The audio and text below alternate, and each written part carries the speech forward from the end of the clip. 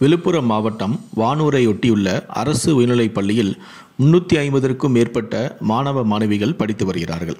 இந்த பள்ளியை சேர்ந்த 9ஆம் வகுப்பு மாணவி நேற்று பள்ளிக்கு செல்லாமல் வீட்டில் தற்கொலைக்கு முயன்றுள்ளார். இதை பார்த்து அதிர்ச்சியடைந்த அவரது தாய் மாணவியை மீட்டு விசாரித்துள்ளார். அப்போது பள்ளியில் தமிழ் ஆசிரியராக பணியாற்றி வரும் மகேஸ்வரன் அரசு விழா நடப்பதாக கூறி விழுப்புரத்திற்கு தன்னை அழைத்துச் சென்றதாகவும், பின்னர் அங்குள்ள ஒரு தனியார் லாட்ஜுக்கு அழைத்துச் சென்று பாலியல் தொந்தரவு கொடுத்தார் எனவும், இதற்கு நான் எதிர்ப்பு தெரிவித்த போது பல மாணவிகள் சம்மதித்த நிலையில் நீ மட்டும் சம்மதிக்க மறுப்பது ஏன் என கேட்டு வலுக்கட்டாயமாக ஆசிரியர் மகேந்திரன் பாலியல் தொந்தரவு கொடுத்ததாக அந்த மாணவி கண்ணீர் மல்க கூறியுள்ளார். இதனால் அதிர்ச்சியடைந்த பெற்றோர் மற்றும் உறவினர்கள் நேற்று பள்ளிக்கு சென்று தலைமை ஆசிரியரிடம் புகாரும் அளித்தனர்.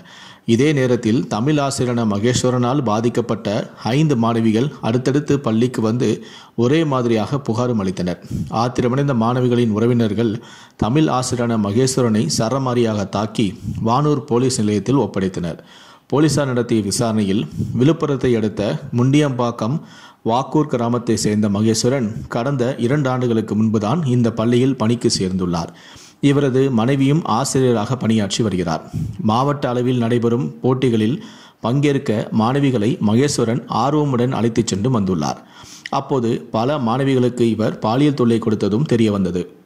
கடந்த 2 வருடமாக பல மாணவிகளிடம் ஆசை வார்த்தைகளை பேசியும் மற்றும் தன்னுடைய மொபைல் போனில் இருக்கும் ஆபாச வீடியோக்களை காண்பித்தும் விழுப்புரம் அழைத்து வந்து விடுதிகளில் தங்கி பாலியல் வன்கொடுமை செய்து வந்தது தெரிய வந்தது. இவரது செல்போனை ஆய்வு செய்த போலீசார் அதில் தமிழ் ஆசிரியரான மகேஸ்வரனின் நிர்வாண படங்கள் இருப்பதை கண்டும் அதிர்ச்சியடைந்தார். மேலும் பல ஆபாச வீடியோக்களும் இருந்துள்ளது.